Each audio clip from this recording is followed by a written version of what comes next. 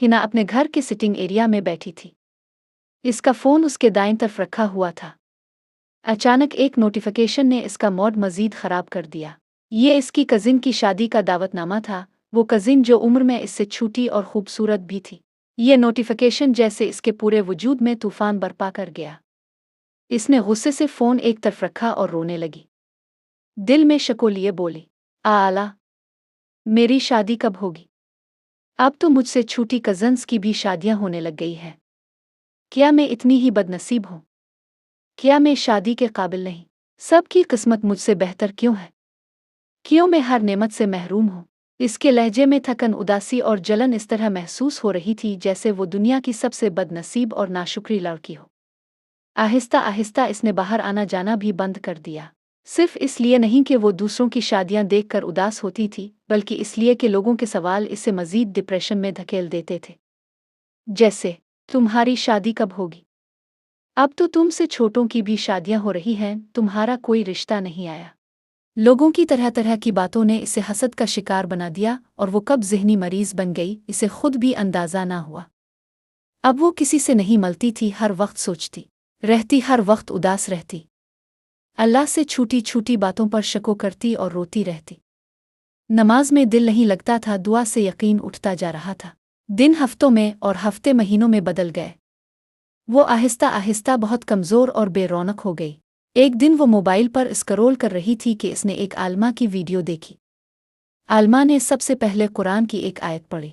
हो सकता है कि जिस चीज़ को तुम नापसंद करो वो तुम्हारे लिए बेहतर हो, और हो सकता है कि जिस चीज़ को तुम पसंद करो वो तुम्हारे लिए बेहतर ना हो। ये अल्फाज इसके दिल पर गहरे असर छोड़ गए।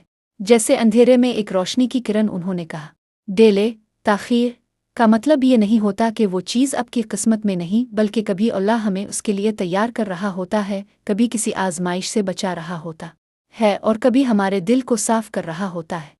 इसी बात से शैतान फ़ायदा उठाता है, ज़हन में वसवसे डालकर अल्लाह की नाशुक्री करवाता है और मायूसी पैदा करता है।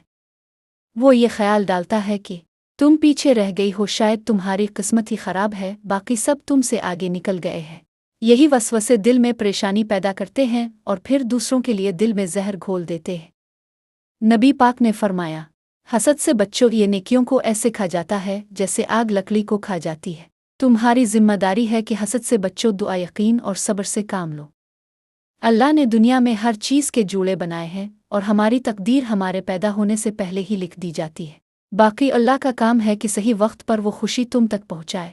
जब भी किसी की शादी देखो तो मायूस ना हो, बल्कि इसके लिए दुआ करो ताकि अल्लाह तुमसे राज़ी होकर तुम्हें इससे भी बेहतर अता करे। और याद रखो, अल्लाह के घर में ना देर है ना अंधेर। अच्छे वक्त और खुशी का पुख्ता यकीन रखते हुए सब्र के साथ इंतज़ार करो। अब हिना बदलने लगी थी। वो नमाज दिल लगाकर पढ़ती, दुआ यकीन के साथ मांगती और हर इस बात पर भी शुक्र अदा करती जिससे वो पहले खुद को महरूम समझती थी। अब वो अक्सर मुस्करा कर कहती, ए अल्लाह, अब मेरा दिल पुरसुकून है। मैं जानती हूँ कि ताव मेरे लिए बेहतरीन हमसफ़र भेजेगा। इसके लहजे में अब शिकायत नहीं, यकीन था। आंखों में आंसू नहीं, उम्मीद थी।